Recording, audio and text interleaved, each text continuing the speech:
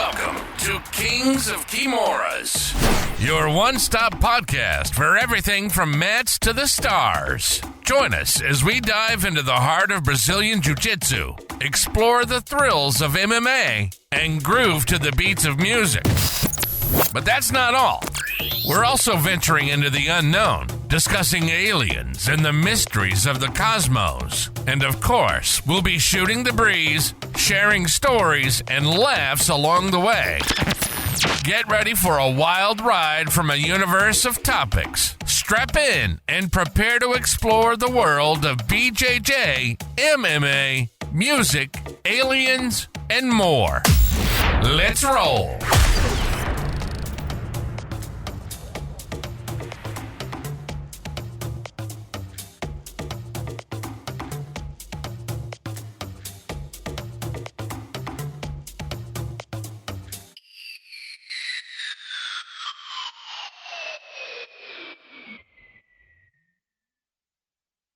All right, welcome to episode 3. On this episode, what you guys are going to notice is that the video does shut out at the end of this episode. Don't worry though, because we did get the audio. But what I'm asking for you guys is to please support the podcast. We need to get new equipment that allows us to record better video, longer video. If you have questions about how to do that, make sure you shoot me a DM. We also have an Amazon Pay link that I'm going to put in the description of our podcast on YouTube. So make sure you guys click that. We do get a few pennies on every time you purchase through Amazon. If you're already using Amazon, it helps us out a little bit. If you want to make a bigger contribution, you want to have your company be a sponsor of our podcast, make sure you reach out because we could really use the help. Thanks, guys. All right, guys, welcome to the Kings of Kimoras podcast. This is episode number 3, more like episode number 5, but we have the lost episodes, so this is where we're at. Episode 2 has not come out yet as filming of this, but it will be out soon. We're on all platforms. You can find us on iTunes, Spotify, YouTube for the video. I'll even text it directly to you. Yeah, if you ask nicely enough. So, obviously, the Europeans wrapped up. Not really like any big surprises out of there, I think. You know, like, honestly, I guess there is one big surprise that Gutenberg said he wasn't going to do absolute and ended up doing absolute and double golded, right? Yep, double golded. So, pretty good performance. I think, mentally it seems like he has shifted a lot since moving to AOJ. I think moving from GF team was a good move for him because he's always been a pretty good guy, but he's been inconsistent, and now he's starting to kind of find some consistency and like really settle into black belt. So well, and his number one training partner, from what I understand, is another ultra heavyweight. But I've also seen some videos where he and Tynan look like they're going to be running that second AOJ gym out in California. So that's got to be huge, training with a guy like that every day. Not to say that there's not some good GF team guys, but they're not the AOJ guys, you know? Yeah, very true. That's very a big true. difference. Miko winning, not really surprising, to be honest. I mean, I am surprised that he submitted Andy as quick as he did. It's really fast armbar, right? Really nasty Choi bar. And, like, as soon as I saw it, because we were here and open mat was about to start, I was like, I grabbed like one of the blue belts, like, all right, let me drill this on you because I need to add this to my arsenal ASAP. Really nasty armbar. So the next major event for IBJJF is that Absolute No-Gi Grand Prix. They've released some of the names, or is that like everybody that's in that? Let me double check. I think they've released all the names of the guys, but I could be wrong about that. And I think initially I saw about it on the IBJJF's Instagram page. Some of the guys that were in there were, you know, like the typical names. Do you feel like, you know, like Dante Leon is in there? He's a guy that is like always willing to fight at guys like bigger heights and bigger weights. Yeah, I mean, he's so strong. He does a lot of weight training. He doesn't. But then you have like the traditional Brazilian guys that are in there as well that like they maybe have won trials or competed in trials, but they're not like some next level athlete, Yeah, for sure. Who out of there Like stands out Asia as somebody that has the best chance to win? I'm looking at it right now, and I think that it's probably Bodoni. Yeah, I'd say I'd say Giancarlo. Out of the guys here, I'd say Giancarlo's got a pretty good shot of winning this. I mean, you can't ever count out Dante though. He's just a pit bull. That guy will fight anybody. Honestly, I could, if him and Bodoni were on opposite sides, I could see them fighting in the finals. Yeah, absolutely. Yeah, there's some big guys. Gaudio is in there, Elder Cruz, Pedro Rocha, Roosevelt Souza, who's obviously like one of the tougher guys. Just really depends on like out of those guys, like how well do they fight that day? How good are the brackets set up? That's always a huge thing on performing well is like what Heisem Reed is in there too. Yeah, Heisem. The thing with Heisem is he's just another guy that's a bit inconsistent. Like sometimes he'll have a like super outstanding performance like he did at ADCC, and then he'll like lose a match to a guy maybe he like shouldn't be losing to. He lost to that Fedor guy right at the UFC Fight Pass Invitational. Yeah, but that is one of those things is like you don't know any of those guys, really. Yeah, I mean, true. Who follows the Dagestani scene? He's really? like he's Russian, but he lives in the United States. Like he trains at the 10th Planet in California. Oh, that's right. Yeah.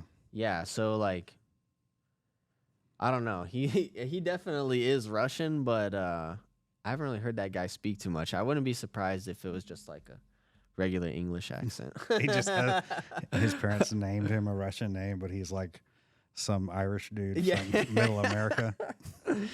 You hear him talking. If you want your kid to be good at jiu-jitsu, that's probably a good way to start. Either name them something that starts with an R, like the Gracies, or give them a Dagestani name. Yeah. Listen, you can only have a buzzed head and beard with no mustache. Yeah. That's your default cut. What's some other major events that are around the corner? Do you have any idea? So I wanted to talk a little bit about PGF. So they're making some pretty big moves right now. They got, what's this guy's name? Zoltan. I'm not even going to try and pronounce that name. Yeah, Five-Finger Death Punch. He's known as, he's a black belt, right? He's trained a long time. He's putting some money behind grappling. Obviously, some other people have done it, but I don't think that they've done it to the extent that this organization is doing it because they've got one of Carlos Gracie's grandchildren, his granddaughter, on the team. She's got Hodger involved. Really, they're doing something cool that I don't think I've seen before. I guess they're filming a reality show where they've chosen 4 coaches. Yeah. Right? We've got Hodger, Shanji, Eddie Bravo, and Jeff Glover. I think it's, instead of Shanji, I think it's Andre Galvao. Oh, that's right. Yeah. Yeah. Like those are 4 guys right there. I mean, one of the 4 would be an awesome coach to have. Honestly, so it's 175. So I sent in an application and fingers crossed I get chose for it. I don't know who I'd want as a coach. I feel like the most unique guy would probably be Jeff Glover or maybe Eddie Bravo, but I think learning from Jeff would be pretty neat. I remember watching his match with Ben Eddy a long time ago. He's just doing all this crazy stuff. I'm like, this guy's awesome. He used to do some stuff where he would go into like Naga or what was it, Grappler's Quest, and he would wear like a Wolverine outfit or like a Deadpool where you didn't know it was Jeff Glover. You're just out there competing against some, because he would wear the full face mask and everything. And I've seen some of those videos where other guys have done that where they wear like a Green Man suit. Yeah, I saw the one with the Red Man suit. Yeah. Dude, I remember seeing that video when I was like 12 years old, and I wanted so bad to wear one, and then I started thinking about it like, okay, this might not be the best idea because I probably am not going to be able to breathe, and it's going to get real sweaty under there, and I don't know. I don't feel like that's a good tactical decision. Yeah, I don't I don't really know how well that thing would hold up either to somebody like holding on to it when you're grappling, you know? Yeah, for sure. I had like one of the masks, and it was made of a pretty like slick material, so you might just end up. They might try to leg lock you, and you just Slip right out of it. Maybe that was the whole point of him wearing that type of attire. It's like much easier to slip out of it. Yeah, you can't leg lock me, bro. For me personally, if I would, let's say hypothetically, I went on this show, I think I'd want to be on Hodger's team. You know, if you're going to be with somebody that, you know, obviously Andre has the experience. You know, he's won ADCC a lot, but Hodger's like one of these guys that he stopped competing almost at the height. You know, like he went out on top and just, I don't really know the reason. I'm sure there's like a detailed reason why he stopped competing, but I think he did MMA for a little bit. Yeah. But who did he lose to? Because I know he beat Tim Kennedy. He lost to. Yeah, he beat guy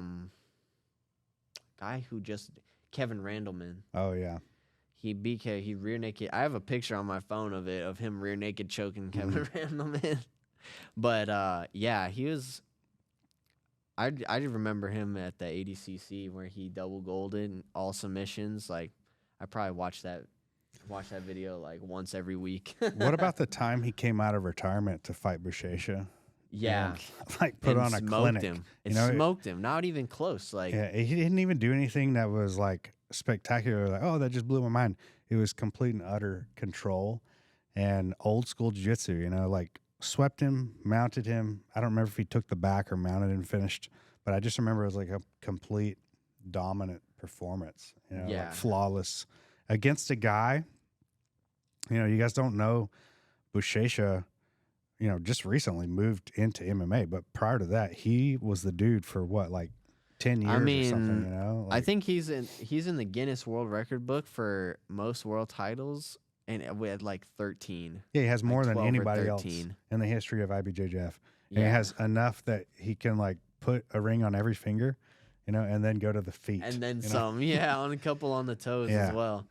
Yeah, beating a guy like that who, again, he was kind of at the height of his career too. I can't remember the exact year they fought, but yeah, I mean, I remember watching that match and being like, I think Buchecha is going to take this. And then as soon as Hodger started his game, I realized real quick, like, oh, this is a lot different. Like the level of guys, he's just a once in a lifetime kind of athlete. I think Hodger was like already in his 30s whenever that happened, you know? Yeah.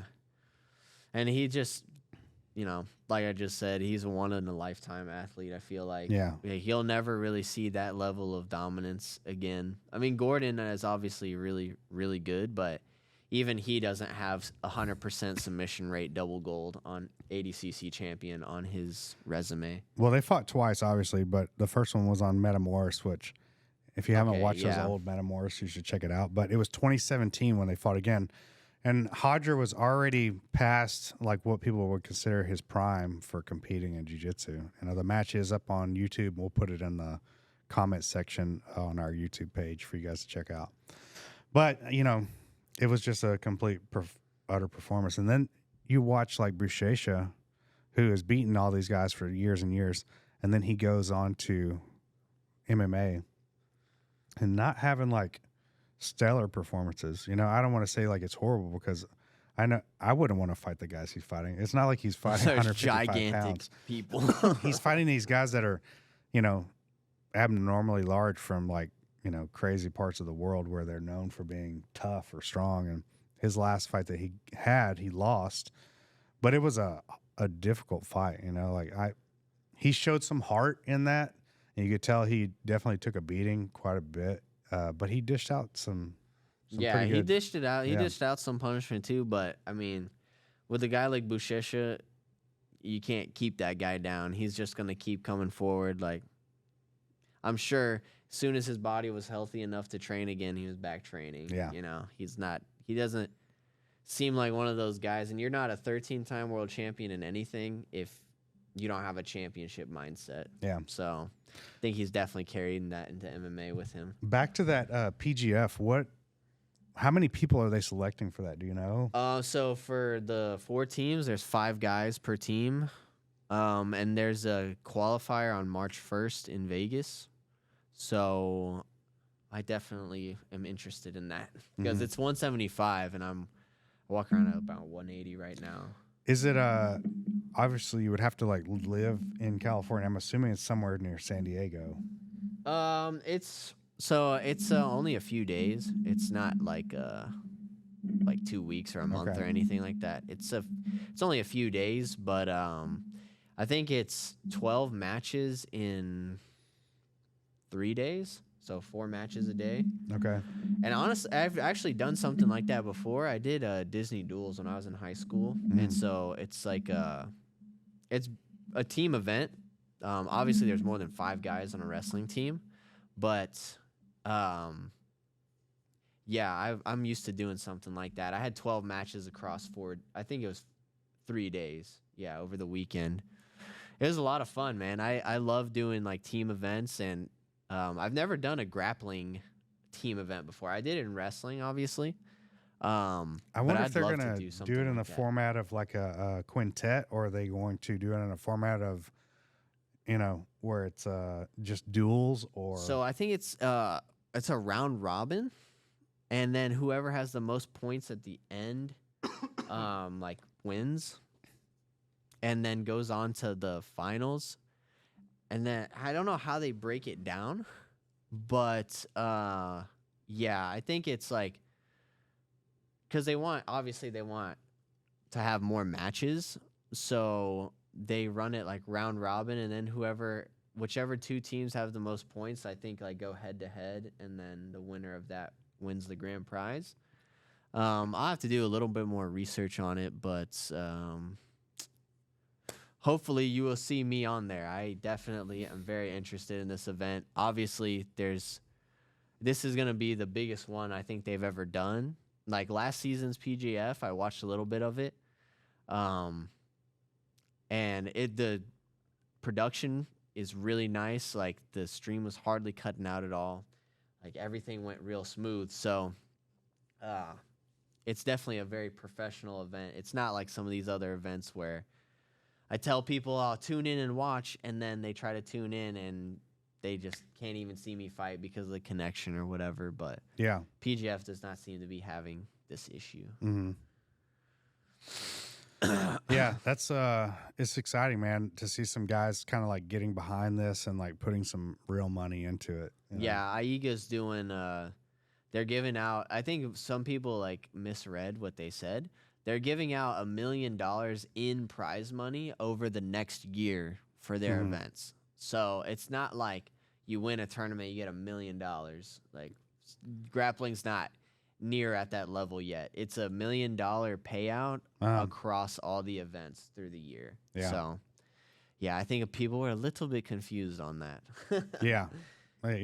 But it's good to see like somebody's actually doing something with it, Yeah, absolutely. And obviously Aiga's in Kazakhstan. I think that's where they're based out of. So, they definitely have some like politicians and stuff like investing, and that whole area in Europe, I know they like and respect grappling a lot more than say in the United States. Like normal, ordinary people know about grapplers and wrestlers. Like in Russia, they're like celebrities. In Iran, they're like celebrities. Wrestlers and grapplers. I know that there's been like a few countries like that put on something like the AIGA, in that same region, Russia, whatever. How many of those have like gone out of business? Yeah, like tons. I hesitate to say like my real thoughts on like what's happening there, but definitely there's some people involved that are doing something with money, Yeah, a little bit of sneaking money and we don't really know how they're earning the money, but yeah, it's in their account. So the money does definitely talk. Yeah, the money does talk. Yeah, I'm like looking on social media right now, and I see one of our guys, Fernie Garcia, is taking a fight short notice in Yeah, I Mexico saw City? that as well. Like- I literally just saw that as I opened up Instagram.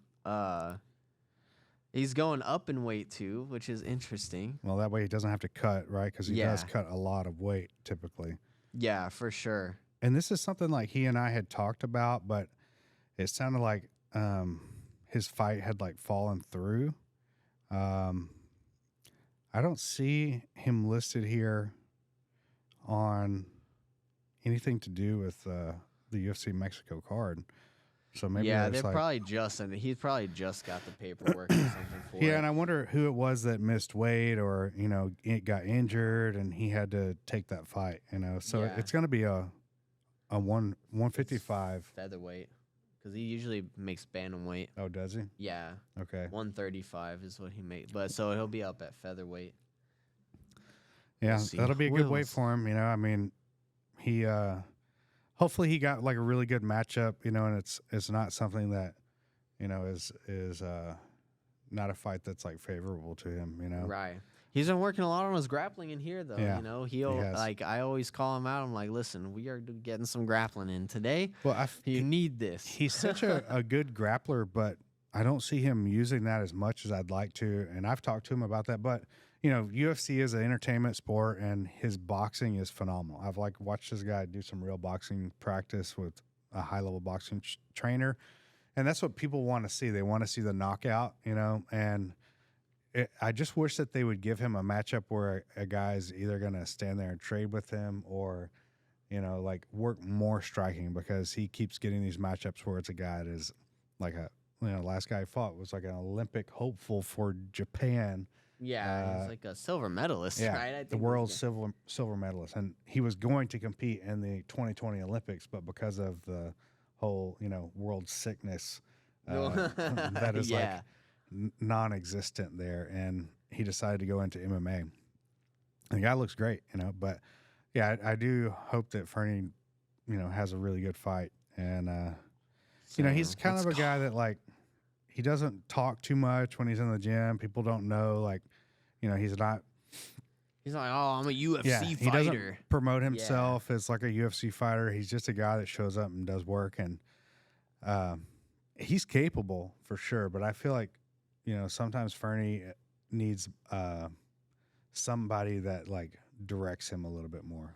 Yeah, I'm not saying I'm sure. that person, but sometimes when you run your camps the way that he does, where he's the guy in charge, and this is speaking from my own experience of if I'm running my own camp, then it may not be every day that I'm going to push myself. And that's the whole reason that I have a trainer, is because I know that I trust what the trainer says. I do. Absolutely. Yeah. And it's like, the less stuff you have to worry about, the better. Yeah.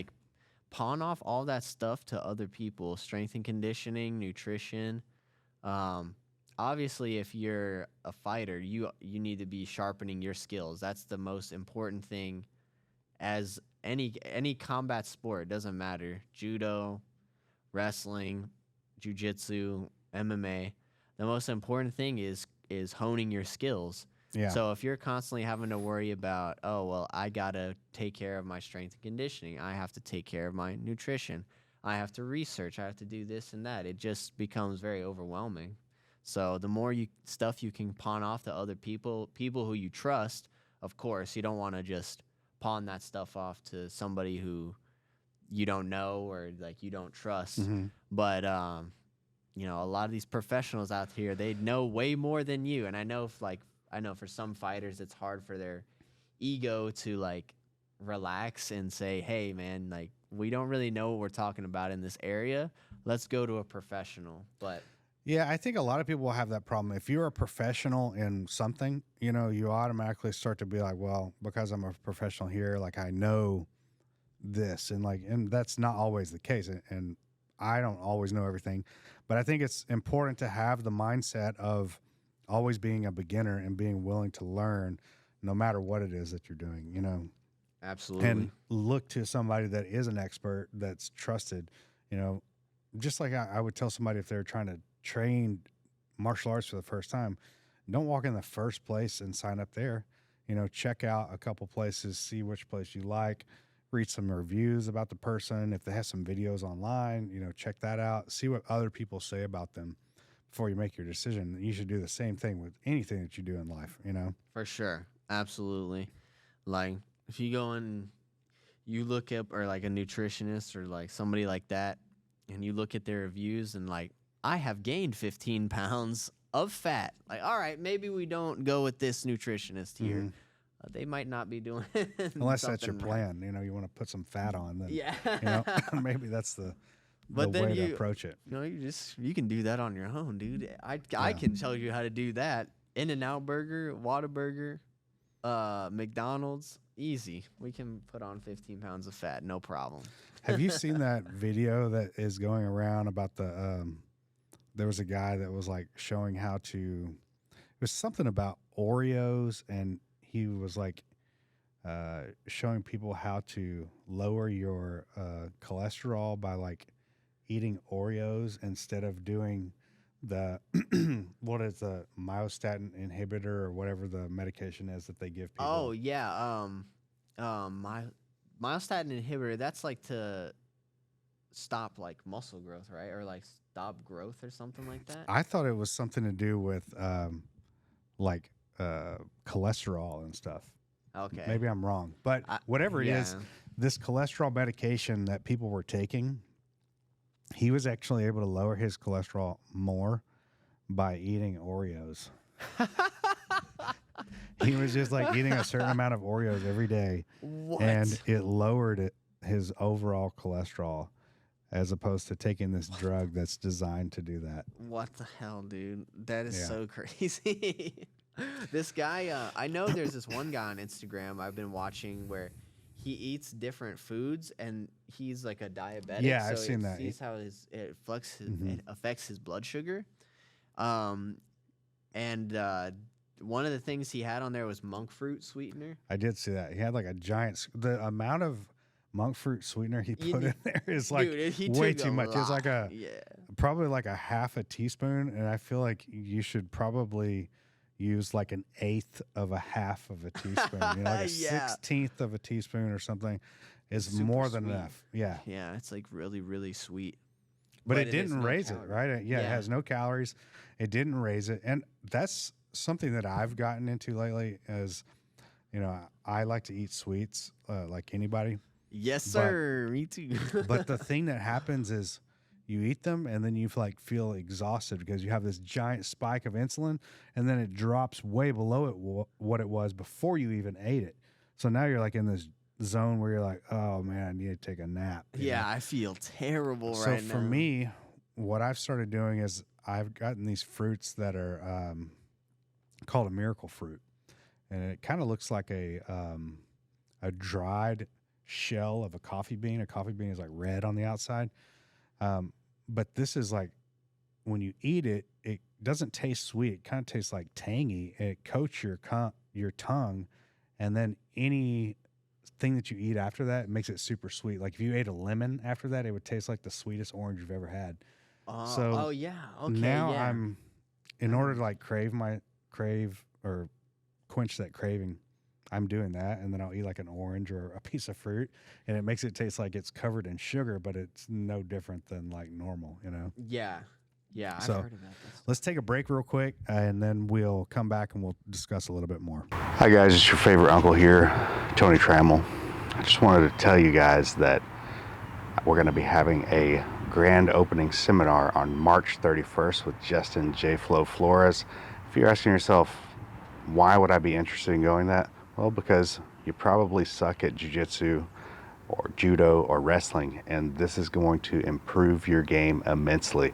Make sure you click the link down below to get registered. If you don't have that link, it's corvoma.com. Thanks, guys. Appreciate it. All right, and we're back. Hope you guys enjoyed the commercials. Make sure that if you're interested in sponsoring this show, you reach out to us. We're looking for all kinds of sponsors. We're looking for sock sponsors, cover these ugly feet here. Clothing. If you want to buy us a new couch or some chairs, if you're a furniture store, hook Nebraska it up. Furniture Exactly. Mart. We're looking for that corporate money. Okay. We did pick up one sponsorship today. That's Eager Ones. They're going to provide us with a second angle camera. So at some point, we'll have a setup to where you get to look at Dom's feet from another angle. Maybe we'll just do camera low that shoots only at the feet. That way, if you guys don't help us out with some sock sponsors, you got to look at ugly toes. You got to look at this all day, dude. All day you have to look at these. That's right. We're not going to get any YouTube views. It's just going to be people trying to listen because they're going to just hear about my feet and be like, no, I don't even want to see how bad it is. Yeah. We actually, I don't remember what the numbers were. Obviously, it's not huge because we just started this podcast, but it is cool to see people downloading the episodes. And, some of them are people that we know, but quite a few of them are people that we don't know. People, I don't know how they've found out about us, obviously maybe social media or something, but have you had people reach out to you and like, hey, I really like the episode? Actually, I've had some people, because of the podcast, reach out to me who I've like met through college and stuff like that and had on Facebook, but I didn't really, like we kind of not really communicating all that often, but they've hit me up and like, hey dude, the podcast is awesome. Like I'm trying to get into jiu-jitsu right now, blah, blah, blah. Or like I got this one guy who's like, I've been doing jiu-jitsu for like a few years now. And, like I'd love to come and train sometime. And I was like, awesome, dude. Yeah. I think he still lives in Missouri or like the Midwest, but I was like, hey dude, if you ever do like no-gi pans or like any tournament that's in Texas, come and train, dude. Come and train. So it's cool to like see that even though we just started and we're still getting a good amount of exposure. So appreciate you guys. And this has been something that I wanted to do for a long time, but first not knowing how to do it. And, secondly, like finding the time. Yeah, for sure. Because between like running a business and, teaching classes and now starting a second business, it's probably a worse time now to start one for me than before. But, there's no time like now, really. Yeah, there's no time like the present. Yeah, for sure. And like, I've always, I've never really been camera shy or afraid to say what's on my mind and stuff. So it's cool to have now a platform that I can just kind of talk on and the things I'm passionate about, right? It's like jiu-jitsu, keeping my body and my mind healthy, even some other things outside of jiu-jitsu, which honestly is not that many, but I still do have things that I like to do outside. Like I've done some hunting, like with my friend who comes from Missouri. Like I've been hunting one time. I went hog hunting, and I definitely want to do that again. That was a lot of fun. Even though we didn't see any hogs till like the very end, it was all worth it. When we saw those hogs, I was like, I got to at least try and get one of them. Yeah, I think it's important to definitely have a hobby outside of what you do every day. Now, a lot of people, jiu-jitsu is their hobby. They have a day job, they have a family, they come here to do something different, learn a skill, but at the same time exercise, release the stress of the day. But for you and I, this is what we do every day. So it is important, I feel like, to have something else, or if you're like me, you have multiple things. Because for me, if I do one thing, let's say I had like a hobby outside of this, I become so dedicated to that hobby that I want to be an expert in it. And so, it no longer becomes like something that's a release. It's like, now I'm trying to become an expert in this.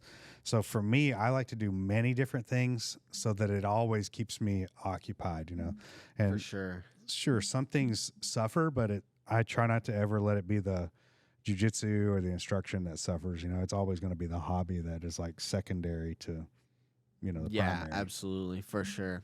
I was even like, I play around with like making beats, making some music, and it's not anything like I would ever, like I did post some just to see if anybody would like even be interested, and I got some people who are like, hey dude, send me that, send over that file, like let me see what I can do with it. So I mean, it's not like I'm terrible and like I don't know how to make things sound good, but it's a good release. It's a good way for me to kind of like get some creativity out there.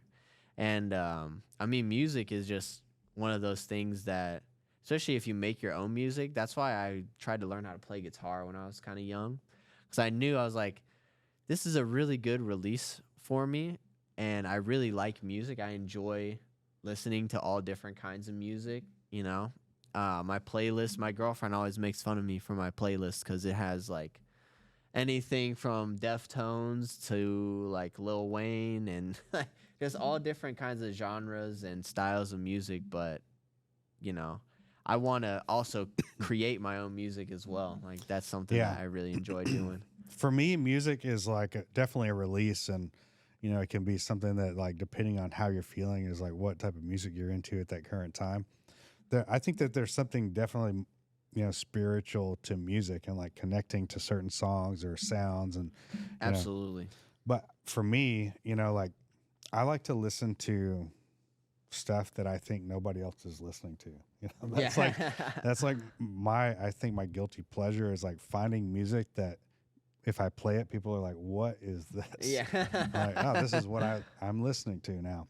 And I've kind of always done that. And you know, when satellite radio first came out, it was kind of cool because they had like DJs that were in, let's say, New York or California, and they were hearing music that you wouldn't necessarily hear in Texas, and so they could post those songs, and then you could go find them on the internet somehow, you know. And now I kind of like, you know, Instagram is like my music channel. I'll hear somebody play something, or they'll put something underneath music, and then it's kind of like you're searching to find that song on iTunes or YouTube. And yeah, for sure, I do that sometimes as well. Like, or somebody will post a reel or something with a certain audio, a certain song, and you're like, "Whoa, that song's kind of catchy." Yeah, like I like that. I've gotten into listening to like a jazz type music, like a smooth jazz when I'm working on the computer. You know, I like to be falling asleep, man. No, it's not like really down. It's like a up tempo, but it's like a smooth jazz. It kind of like, for me, you know, I need some kind of background noise going on so that I can focus. You know, it's ADD or whatever it is. But I've always been that way. When I had a job where I had to work in an office and read documents, I would listen to music to allow me to focus more. It like took everything out of, you know, everything going on around me and allowed me to focus more on what I was reading. And I like that aspect of music. You know, it's like more of a calming. And, you know, each thing is like, I wouldn't listen to that if I was like doing jiu-jitsu, or I wouldn't listen to that if I was like working on something. But yeah, absolutely. I feel like each type of music has a certain reason or time. Yeah, for sure. Because the music's all a feeling, really. And, you know, even if you, outside of music, you send frequencies to somebody's brain, like you play just a certain frequency out of a speaker or something, sometimes it'll generate like an actual feeling inside of a person, like just this one frequency. And then when you start mixing them together, then you start getting all these different feelings at once. That's why, like, honestly, I don't really like listening to music before I compete, or I don't like listening to certain kinds of music before I compete. And that's the problem with my playlist is it has everything in there. So especially like when I'm driving or I'm doing something that I'm just kind of passing time with, I'll just turn on that playlist, let it go, and then just kind of, you know, go with the flow of the playlist. But if I'm before competition, I can't listen to certain kinds of music, or else it'll just kind of throw me off. Yeah, to like get your adrenaline going too much, and you know, you get amped up, and then the next thing you know, you're like, I feel exhausted. Yeah, or on the contrary, like I have some really slow songs in my playlist that'll like put me way down. I'm like, man, I kind of want to take a nap right now. I think that's like dependent upon each person too, because I had a conversation one time with Andre Galval. I was like a blue belt, and when I would compete, I would like listen to something to kind of like amp me up, you know. And I asked his opinion on it. He goes, "Oh, I like to listen to the Cranberries before I compete." Yeah. If you've ever listened to the Cranberries, they had like a famous song called like "Linger." I don't really know all the songs, but I know in the 90s, if you turned on the radio, alternative music, it was probably going to be playing the Cranberries within like 30 minutes or so. Yeah. And when he told me that, I'm kind of like, man, that does make sense. Not listening to Cranberries, but like listening to, let's say you're listening to like Megadeth or something right before you go to compete, and you're like so amped up. I bet if you were wearing a heart strap, you'd probably be like 170 beats per minute or something. Yeah, and I before think you that even start. if you go compete, you probably want to have a heart rate at like 120, 130, you know, like You still want it high. to be up, but not so high Right. where you're like almost maxing out. Yeah, 120, 130. And the only reason like I'm saying those numbers is doing Airdyne bike and wearing a chest strap. I know that when I'm at that heart rate, I can still push myself for a long period of time and not get tired, you know, not be like mouth breathing, mainly nose breathing. But once you get up to like 160, it's really difficult to maintain that nasal breathing. Yeah, absolutely. Yeah, that's a good point. I'll have to look at the monitor next time I do it because, yeah, if your heart rate gets to a certain point, it's like almost impossible to only breathe out of your nose. Yeah, at some point, that's just the nature of the body's design is to get more oxygen in, you need a bigger port, right? Yeah. So you start breathing through the mouth instead of through the nose. But then it's harder to regulate those deep breaths for a long period of time, which is what allows the body to disseminate the oxygen more in the Yeah. body. This is like bro talk. I know it sounds intelligent, but this is just what I think in my mind, you know, like if I equate it to like a vehicle, you know, you have a supercharger on a vehicle that gets more oxygen in so you can mix the fuel and the oxygen. Yeah, absolutely. And that's that's something obviously me and you work with John, our trainer. Shout out to John at Synergy Wellness and Performance in Richardson, Texas. If you guys want supercharged cardio, go and see this guy. Now, it will be not so fun at first, but once you start to feel yourself not get tired during rounds, like that's kind of the feeling that I'm addicted to now is I know when I'm on that bike, it's going to suck so bad. Or when I'm on the rower, it's going to suck. But then when I come in and I roll or I'm like doing open mat, I know I can go multiple rounds in a row, no break, and still feel fresh because I have my breathing under control. And really, at the end of the day, that's kind of the only thing you have under control. Like that's the only thing you can really control in this world is your breath in and your breath out, and trying to slow your heart rate down with those extended exhales. Yeah, like, that's really the only thing you can like really control. For sure. That's I started hearing about breath work back when I was like a blue belt and a purple belt. I had a guy come from another gym. He still trains here in Dallas. He's a black belt now, but he was doing some like weird, sharp exhales, you know, in a situation where maybe he was like stagnant on top or on bottom. And he was doing that to lower the heart rate.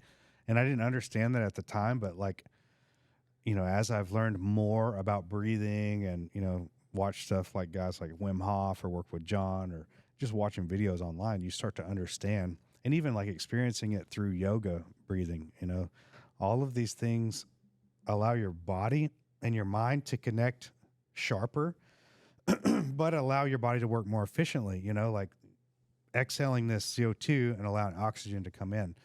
Yeah. And that's the key to being good at jiu-jitsu, I feel like, is being calm under pressure.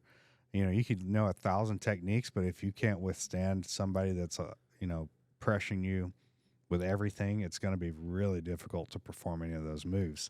And the whole like thing that I've noticed is that when I feel tired, I'm still breathing through my nose while the other person that I'm rolling with is like, you know, gasping to control their breathing. And yeah, they don't especially when you're understand on that. top. Yeah. And you're putting that cross face pressure on and you're just letting them carry all your weight and you hear them start to breathe heavy and you're still just breathing just normal, like it's a normal Tuesday.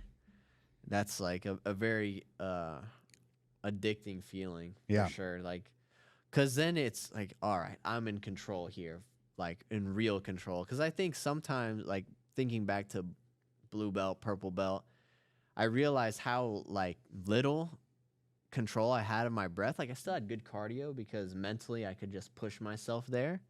But like how much further could I have pushed myself if I really took my time to focus on breath work when I was younger? You know, I think I would have been a lot better off, and I would get frustrated less. Because as like a blue and purple belt, it wouldn't happen super often, but there would be days where I'd get like really frustrated because I was getting so tired. I'm like using so much energy and not getting what I want. So it kind of creates this loop where I'm constantly exerting all this energy, but I'm not getting anywhere or I'm not getting to the positions I want. And so then I just try it harder and I just keep trying to turn up the pace. And it's like, dude, hold on, slow down a little bit.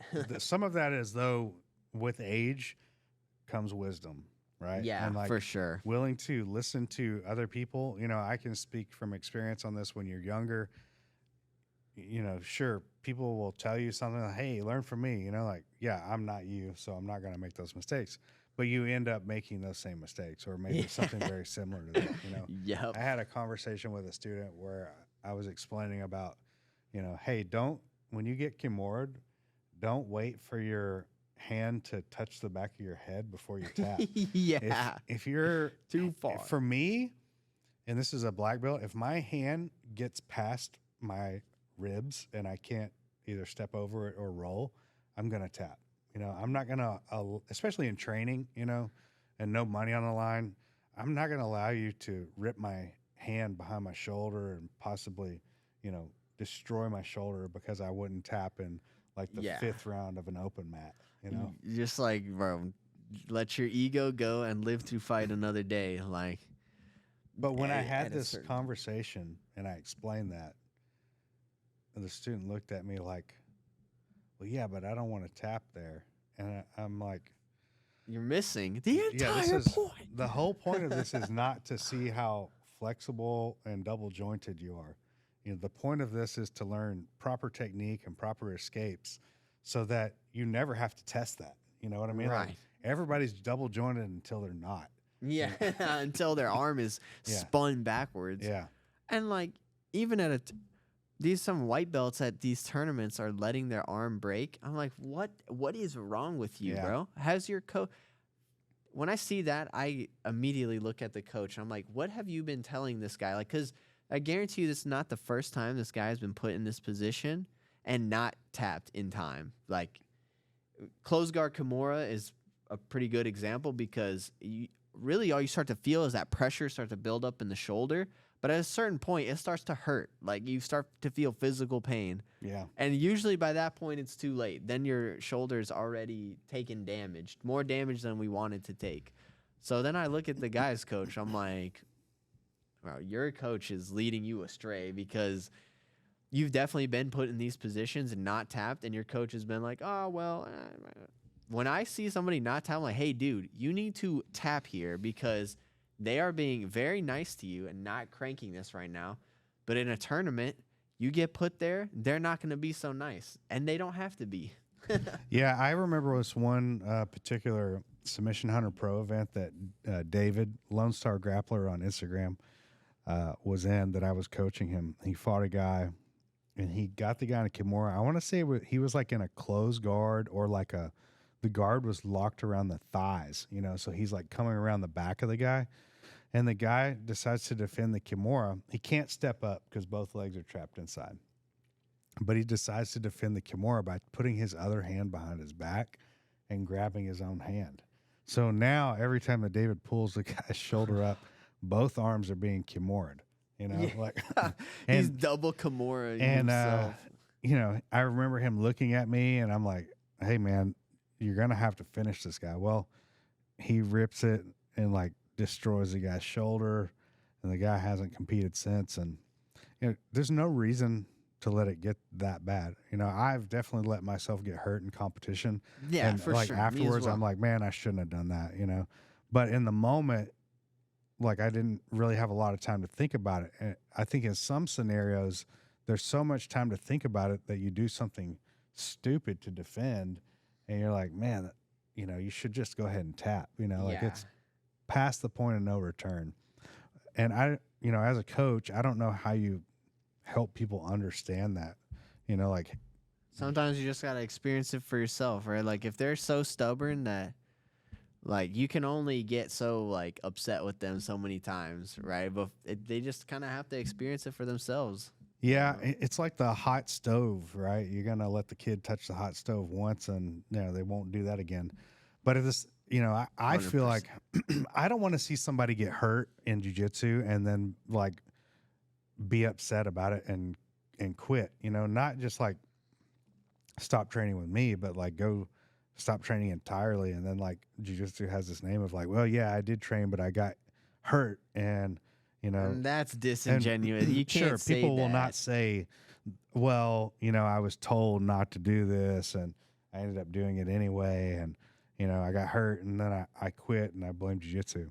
Yeah, they just immediately attribute injury to jiu-jitsu. Like, oh, I got injured because of jiu-jitsu. It's like, no, dude, you injured because you didn't do what you needed to do in those situations and you got hurt. Sure. You hurt yourself. And there are some situations where it is entirely the other person's fault, and primarily that is in a situation where it's somebody that's a beginner training with another beginner, or even a beginner training with an experienced person, and the beginner doing something, losing a balance or moving in a weird way that ends up hurting the other person, and For sure.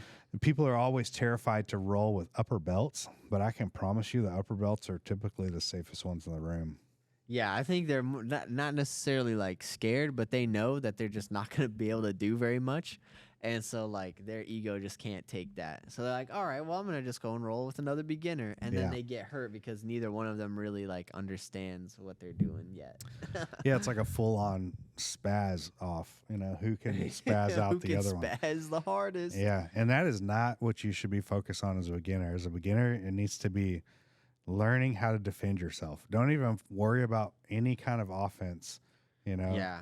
How can I survive? Yeah. And how can I defend and not get submitted 8 times a roll? Because you're going to go with some people, you get submitted 8 times in 5 minutes. And it's like, okay, how do I just stop that from happening again? Yeah, if you could pick up on, let's say you get armbarred once or twice, and then the guy sets up the armbar the third time, you're like, oh, he's going to armbar me again. That is what you should focus on. If you get submitted by 8 different submissions, I think that's okay. That's going to happen, right? Yeah, but it's when natural. you like get subbed 8 times with the same submission where you should have picked up on it at least by the third time.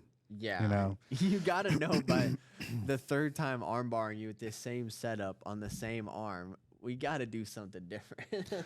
Yeah, it's one of those things that you've got to start picking stuff up as a beginner. The faster you can start to pick up sequences and movements, the faster you'll learn. If you're getting stuck in the same position over and over again, then Start there. Yeah. Just got literally, if you're doing like live rolls and your gym for whatever reason doesn't do situational training that often, tell your partner, hey, at least for the first couple minutes of this roll, can we just start here? Like I'm bottom arm bar, you're just trying to finish, I'm trying to escape. Yeah. Like, can we do that? And if they say no, then you just go get another partner and be like, kick rocks, buddy. But Yeah, the situational is New the gym. best thing for a beginner because it gives them a direct goal on what they're trying to accomplish. If your gym does not do situational, you need to figure out some kind of way that you can do situational rounds.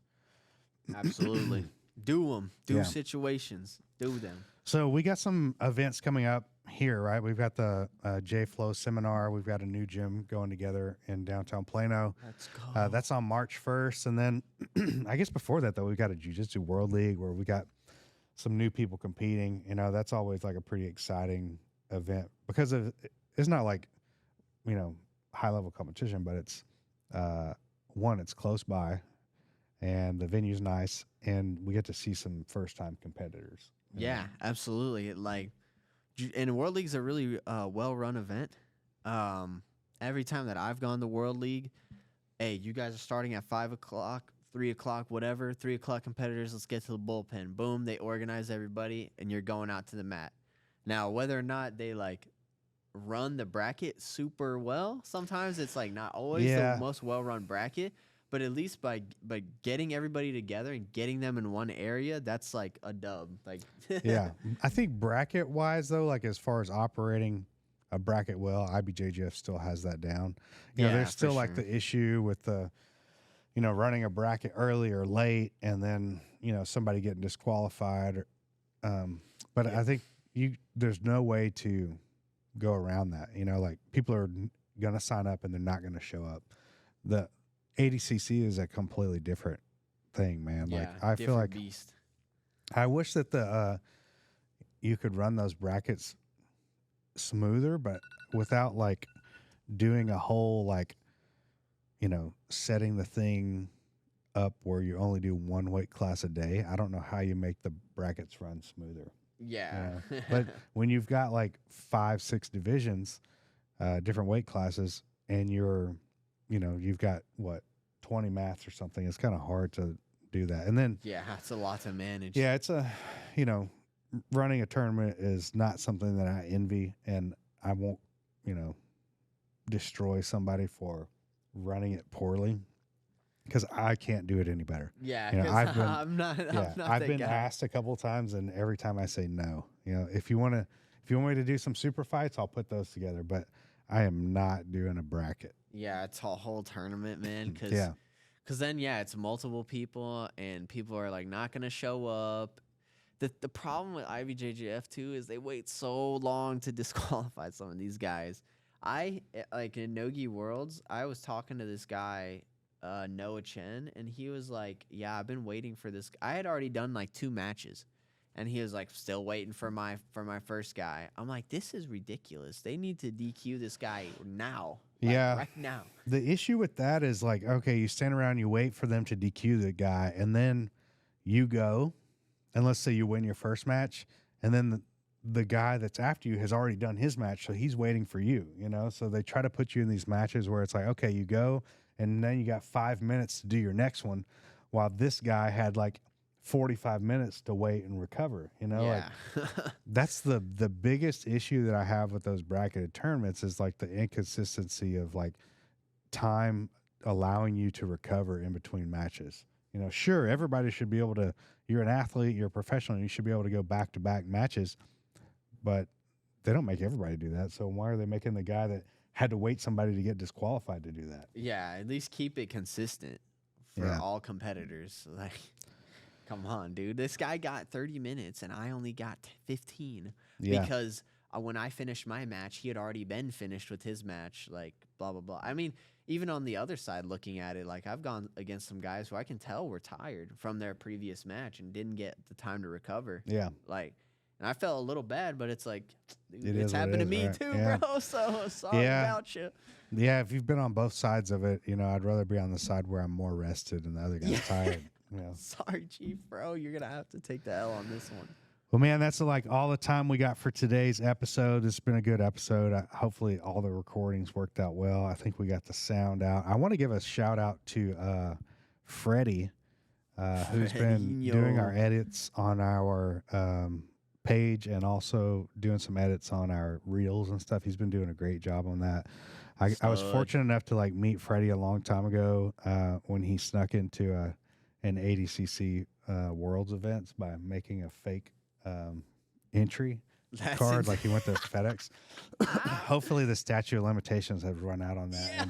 Yeah, Mo's not going to come after him. No, it's good, bro. It's good. Allow it. We like this guy. But he does great work, and I'm sure if you need some video edits, he is the guy to reach out to. So our guy, dude.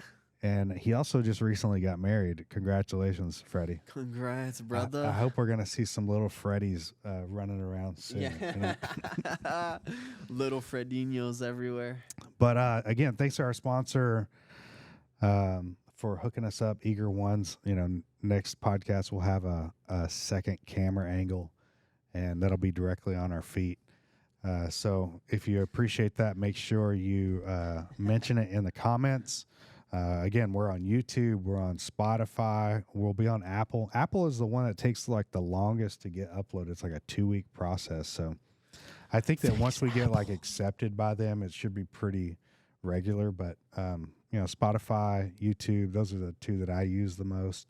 I don't really use Apple Podcasts anymore, but if you're on there, leave us a review too. That's huge. Subscribe to where you automatically get those videos and those podcasts uploaded to your device, because that helps us immensely. And we're, obviously without you guys, this is worthless. Facts. Big facts. So appreciate it, guys. You have anything to say before we go? I'm hungry, bro. Let's get some pho. Sounds good. Thank you, guys. Have a good one. And that's a wrap for today's Kings of Kimura's episode. Thanks for joining us on this epic journey. Remember to keep training, stay curious, and always be ready for the next adventure. Until next time, keep your guards up and your minds open.